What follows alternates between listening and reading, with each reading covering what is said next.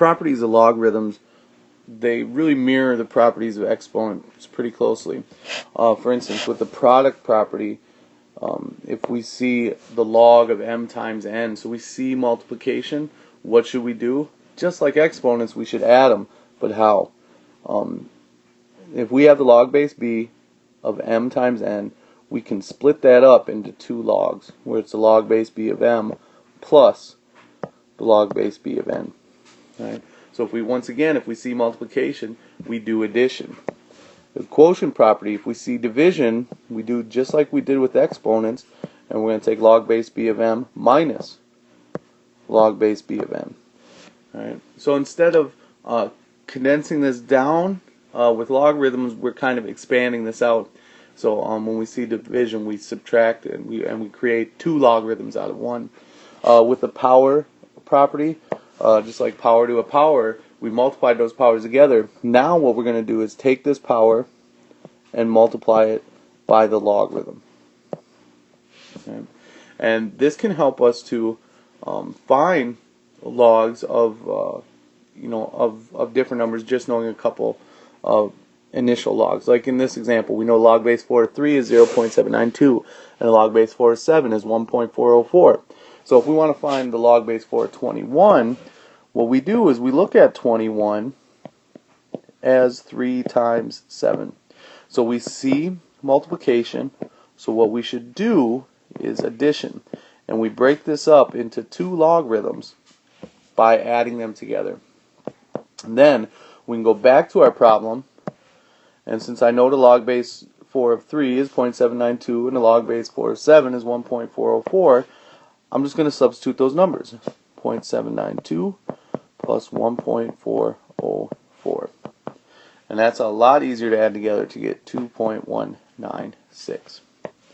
So, if we see the log base 4 of 3/7, look at that's already looks like division, so we're going to split that up by subtracting.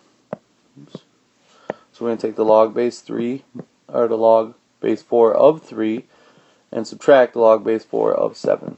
So take that 0.792 and subtract 1.404. And that'll give us 0.612 negative.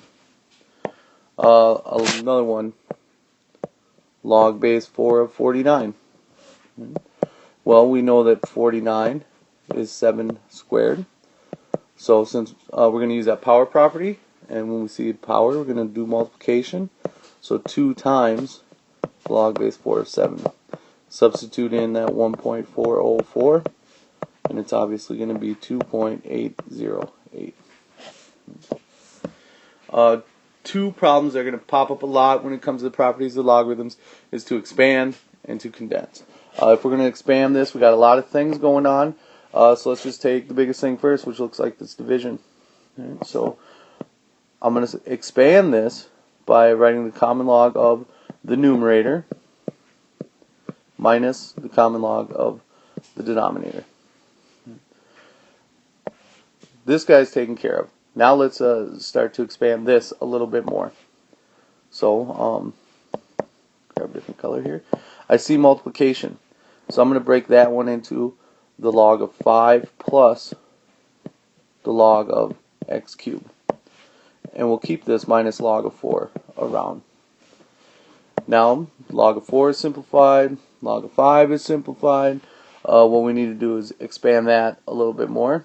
So, let's keep this log of 5 alone. But since we have a power there, bring the power down and multiply it. And this will be our expanded answer. Sometimes we have something that is expanded and we want to condense it down because this is a big ugly expression. So just start taking one piece at a time. First of all, I see this one in the middle. It's got a number out in front, so I'm going to use the power rule to bring that power up. Right? So this will be the same as natural log of 2 to the third power.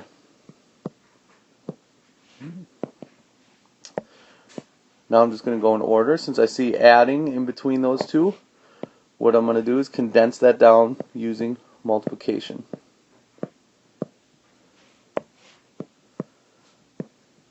And then lastly, I see this subtraction in between those two.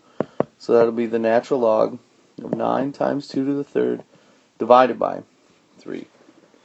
Now we just have a regular old numeric expression right in the middle that we can simplify.